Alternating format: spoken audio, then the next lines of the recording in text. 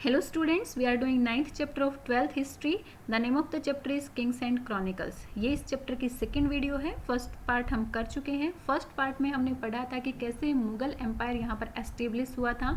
बाबर ने 1526 में मुगल एम्पायर को यहाँ पर एस्टेब्लिश कर दिया था और फिर इसके बहुत सारे मुगल एम्परर्स ने यहाँ पर रूल किया और फिर 1857 में इनका मुगल एम्परर का जो लास्ट एम्परर था वो था बहादुर शाह जफर सेकेंड, जिसको कि अंग्रेजों ने उखाड़ फेंका था.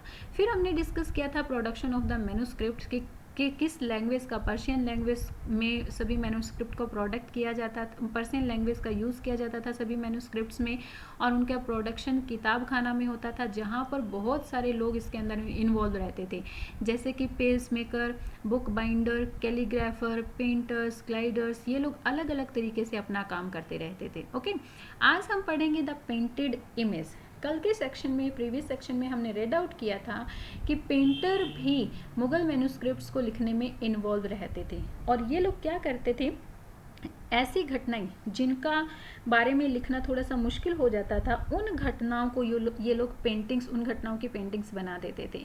कुछ इवेंट्स ऐसे होते थे जिनको लिखा भी जाता था और लिखने के बाद जो कैलीग्राफर होते थे वो सेम पेज पर थोड़ा सा स्पेस छोड़ देते थे उसको उसी इवेंट की पेंटिंग बनाने के लिए. सपोज कोई मैरिज मुगल कोर्ट में हो रही है तो मैरिज के बारे में लिखने के बाद उससे रिलेटेड पेंटिंग्स बनाने के लिए पेजेस पर स्पेस छोड़ दिया जाता था. पेंटिंग्स का यूज़ सिर्फ इन बुक्स को ब्यूटीफाई करने के लिए ही नहीं किया जाता था, बल्कि यहाँ पर कुछ ऐसे विचार होते थे, कुछ ऐसे आइडियाज़ होते थे और कुछ ऐसे बहुत सारे इवेंट्स भी होते थे जिनको सिर्फ और सिर्फ पेंटिंग्स के थ्रू ही वो लोग डिस्क्राइब कर सकते थे. जैसे कि वॉर में किंग ने कितने लोगों को मारा, किस तरह से उसने अपने प्रोटेस्टर को हराया, एनिमी को हराया. तो इन सारी चीज़ों को जहाँ पर शब्दों में वर्णन करना बहुत ज़्यादा मुश्किल हो जाता था, तो ऐसी जगह पर किंग की पावर को दिखाने के लिए ये लोग क्या करते थे, पेंटिंग्स का यूज़ करते थे. इवन अबुल फजल ने तो क्या कहा है, अबुल फजल जो कि अकबर का एक हिस्टोरियंस था, उसने पेंटिंग को एक मैजिकल आर्ट कहा है. वो कहता था कि पेंटिंग के थ्रू जब कोई पेंटर पेंटिंग करता है तो ऐसा लगता है कि जैसे वो निर्जीव चीज़ों में भी सजीव जीवन को भर देता है. ये जो एम्परर्स के बारे में, उसके कोर्ट के बारे में और लोगों के बारे में जो पेंटिंग्स बनाई जाती थी, उसको लेकर बादशाह के बीच में और जो मुस्लिम ऑर्थोडॉक्स थे उनके बीच में टेंशन चलती रहती थी. टेंशन का रीज़न क्या था? टेंशन इस वजह से होती थी क्योंकि उल्मा, जो उनका लॉज की एक बुक है, उसके अंदर लिखा हुआ है कि किसी भी ह्यूमन बीइंग की कोई पिक्चर नहीं बनाई जाएगी. ह्यूमन बीइंग की पिक्चर्स को रिस्ट्रिक्ट वहाँ पर किया गया है. इवन कुरान और हदीस क्या है, पैगंबर मोहम्मद जो कि इस्लाम धर्म के फाउंडर थे, उनकी जो बायोग्राफी है उसका नेम हदीस है. इवन कुरान और हदीस में भी इन ह्यूमन बीइंग की पिक्चर्स बनाने पर रिस्ट्रिक्शन रखी हुई है. इन्होंने उन बुक्स में लिखा हुआ है कि जब कोई पेंटर पेंटिंग बनाता है तो वो भगवान के क्रिएशन के, भगवान के काम में हाथ अड़ाता है कि जो क्रिएशन, ऐसा लगता है कि ये पेंटिंग बनाने के बाद वो किसी ह्यूमन बीइंग की क्रिएशन कर रहा है और क्रिएशन करने का काम सिर्फ और सिर्फ गॉड का होता है, तो वो गॉड के काम में दखल अंदाजी कर रहा है. इसीलिए यहाँ पर ह्यूमन बीइंग की पेंटिंग्स बनाना रिस्ट्रिक्ट किया गया था. लेकिन धीरे धीरे टाइम चेंज होते होते इन सब चीज़ों में भी चेंज होना शुरू हो गया था. जब मुग़ल साम्राज्य भारत में एस्टेब्लिश हो रहा था तो बहुत सारे ऐसे एम्परर्स थे जिन्होंने इन पेंटर्स को पैटर्नाइज किया, इनका संरक्षण किया. बहुत सारे पेंटर्स ऐसे भी थे जो दूसरे प्लेसेस से भी आए थे. अब इन्हें ये पेंटिंग्स बनाने की प्रेरणा कहाँ से मिली थी? दूसरे प्लेसेस जैसे कि ईरान, जैसे कि एक यहाँ पर एग्जांपल दिया हुआ है, ईरान के जो सफावीज़ होते थे वो क्या करते थे, अपने एरिया में जितने भी फाइनेस्ट आर्टिस्ट होते थे उनको पैट्रोनाइज करते थे, उनका संरक्षण करते थे, उनको वर्कशॉप में लेकर जाते थे और उनके जितने भी इवेंट्स होते थे उन सबको उन पेंटिंग करने के लिए वो बोलते थे. यहीं से प्रेरणा लेकर जो है इंडियन पेंटर्स ने भी इन बुक्स में, जो मुग़ल पेंटर्स थे, इन बुक्स में पेंटिंग करना स्टार्ट कर दिया था. बहुत सारे ईरान से भी आर्टिशंस यहाँ पर लाए गए थे, मुग़ल इंडिया में लाए गए थे.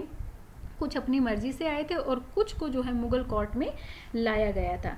जैसे कि मीर सैयद अली और अब्दुस समूद बादशाह हुमायूं को दिल्ली तक साथ देने के लिए उन्हें बोला गया था, यानी कि दिल्ली में जब तक बादशाह हुमायूं हैं उनके साथ ही उन्हें रहना है और उनका वर्क उन्हें करना है। कुछ दूसरे ऐसे थे जो अपॉर्चुनिटीज़ की सर्च में यहाँ पर आए थे।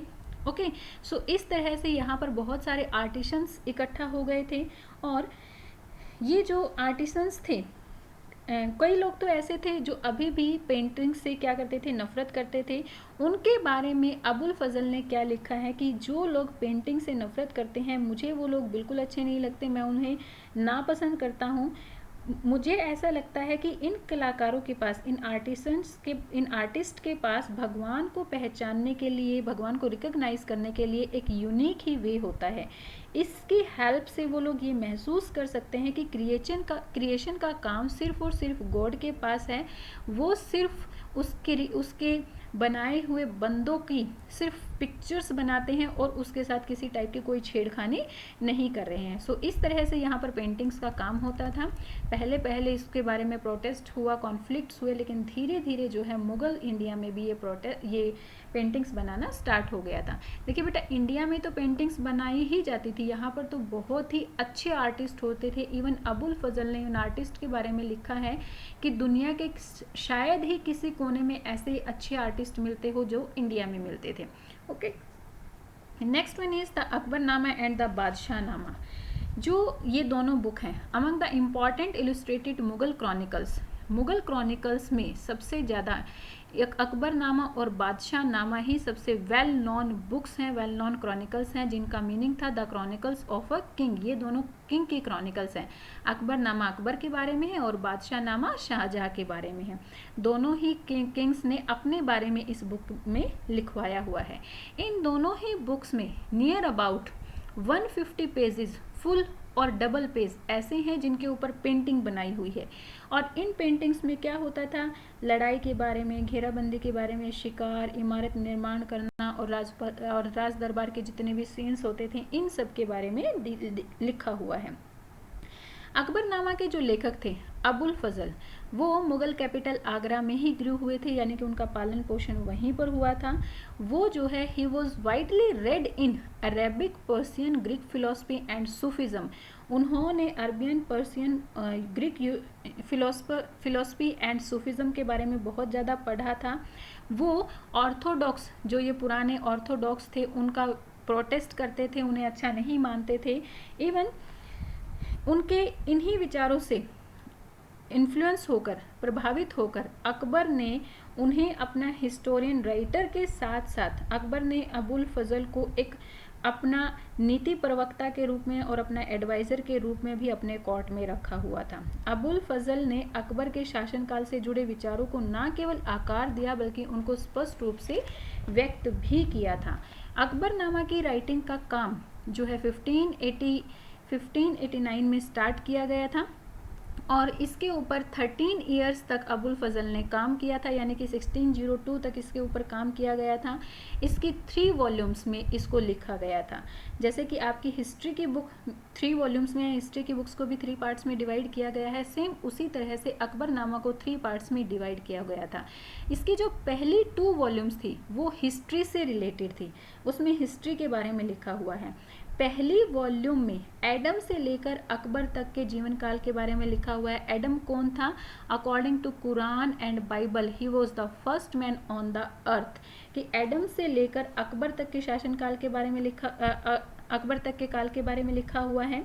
सेकेंड जो वॉल्यूम थी उसमें अकबर का जो रेन पीरियड था, शासनकाल था 46 ईयर का, उसके बारे में लिखा हुआ है। उसके बाद जो कि 1601 में ख़त्म हुआ था, अब नेक्स्ट ईयर ही 1602 में सलीम का एक जो साथी था बुंदेल सिंह, बीर सिंह बुंदेला, उसने अबुल फजल को मार डाला था, उसका मर्डर कर दिया था। उसके बाद उसकी राइटिंग का काम स्टॉप हो गया था।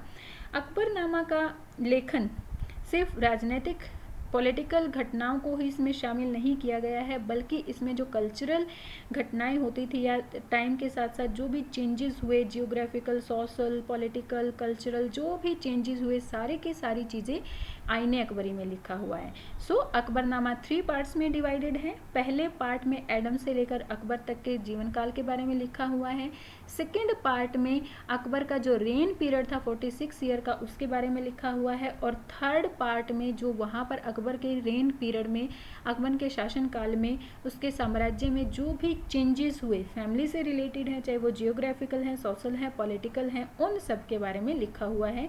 इसके साथ साथ साम्राज्य में हिंदू, जैन, बौद्ध और मुसलमानों में जो एक मिक्स कल्चर के लोग साथ मिलकर इकट्ठा रहा करते थे, उन सब के बारे में भी लिखा हुआ है। अबुल फजल की जो लैंग्वेज थी वो एक बहुत ही ऑर्नेट लैंग्वेज थी। ऑर्नेट लैंग्वेज मीन्स अलंकृत, वो भाषा को बहुत ही सजा धजा कर पेश करते थे। उनकी जो लैंग्वेज थी मतलब बहुत ही अच्छे अच्छे वर्ड्स का यूज़ किया करते थे, चाहे वो राजा की तारीफ के बारे में है या फिर किसी दूसरे इवेंट के बारे में है, उनके लिए बहुत ही अच्छे वर्ड्स को यूज़ किया जाता था। उनके द्वारा लिखे हुए जो भी पाठ यहाँ पर हैं उनको ऊंची आवाज़ में लय में गाया जाता था। मीन्स उनको ऑरली बताया नहीं जाता था, पोएम्स की तरह उनको लय में गाया जाता था। अबुल फजल की लैंग्वेज इतनी अच्छी थी कि बहुत सारे राइटर्स उसकी तरह लिखना चाहते थे। ओके, अबुल फजल का एक प्यूपिल था, उसका एक शिष्य था जिसका नाम था अब्दुल हामिद लाहौरी। उसके बाद उन्होंने बादशाह नामा को लिखा था। बादशाह नामा का राइटर कौन है? अब्दुल हामिद लाहौरी। अब्दुल हामिद लाहौरी ने बादशाह नामा को लिखा था। लाहौरी के टैलेंट्स के बारे में शाहजहां ने सुना और उसे जो है अपनी book same as it is Akbarnama की तरह लिखने के लिए बोला। यानी कि बादशाह नामा को भी 3 पार्ट्स में डिवाइडेड किया गया है। हर एक पार्ट में शाहजहां के 10 ईयर्स का डिस्क्राइब किया गया है। शाहजहां का जो रेन पीरियड था 1627 से 1647 तक का 2 वॉल्यूम्स इसी टाइम पीरियड के बारे में लिखी हुई है। उसके बाद उनकी ओल्ड एज की वजह से वो 3rd वॉल्यूम को नहीं लिख पाए और 3rd वॉल्यूम को उन्हीं के एक हिस्टोरियन, शाहजहां के एक और हिस्टोरियन वारिस ने कंप्लीट किया था। वो जो पहली 2 वॉल्यूम्स लिखी गई लाहौरी के द्वारा, उनके एक वजीर शहादत खान ने उसको रिवाइज किया और उसमें जो भी मिस्टेक पाई गई उसको भी ठीक किया गया था। ओके, सो अकबरनामा की भी 3 वॉल्यूम्स थी और बाबरनामा की भी 3 वॉल्यूम्स थी। ओके, अब जो है ड्यूरिंग द कॉलोनियल पीरियड, जब हमारी कंट्री में कॉलोनियल पीरियड आया यानी कि ब्रिटिशर्स का हमारे ऊपर रूल हुआ, तो ब्रिटिश एडमिनिस्ट्रेटर्स ने क्या किया, इन क्रॉनिकल्स को पढ़ना शुरू किया ताकि वो यहाँ पर रहने वाले, कॉन्टिनेंट में रहने वाले लोगों के कल्चर के बारे में जान सकें, उनकी पूरी की पूरी जानकारी को वो हासिल कर सकें, उन लोगों के बारे में जिनके ऊपर वो रूल करने वाले थे यानी कि इंडियन पीपल के बारे में। यहाँ पर सर विलियम जॉन्स ने 1784 में एशियाटिक सोसाइटी ऑफ बंगाल को फाउंड किया था। बेटा ये बहुत ज़रूरी है कि इस चीज़ को याद रखना बहुत इम्पॉर्टेंट है कि सर विलियम जॉन्स ने किस सोसाइटी को फाउंड आउट किया था, एशियाटिक सोसाइटी ऑफ बंगाल को। और कब किया था? 1784 में ये किया गया था। इसमें क्या किया गया था, जितनी भी मैन्युस्क्रिप्ट्स थी उनको एडिट किया गया था, उनकी दोबारा से प्रिंटिंग की गई थी और उनको ट्रांसलेट किया गया था। पर्शियन से इंग्लिश लैंग्वेज में उनको ट्रांसलेट किया गया था। Okay, edited version of Akbarnama and Badshahnama were first published by the Asiatic society in 19th century. जो अकबरनामा और बादशाहनामा का एडिटेड वर्जन था यानी कि जो उसको इंग्लिश में ट्रांसलेट करने के बाद उसका जो वर्जन था वो 19th सेंचुरी में पब्लिश किया गया था। In the earlier 20th century the Akbarnama was translated in English by Henry और 20th सेंचुरी में हेनरी के द्वारा जो अकबरनामा थी उसको इंग्लिश में ट्रांसलेट कर दिया गया था। ओके, उसके बाद उसके बहुत सारे पार्ट्स को, जो बादशाहनामा था उसके कुछ पार्ट्स को इंग्लिश में ट्रांसलेट किया गया है, बट अभी भी उस बुक का बहुत सारा पार्ट ऐसा है जिसको अभी तक भी ट्रांसलेट नहीं किया गया है। ओके बेटा, today will do up to here. I hope you got all the things. Tell me in comment section. Please like and share my videos and subscribe my channel. Thank you. Bye bye. Keep learning.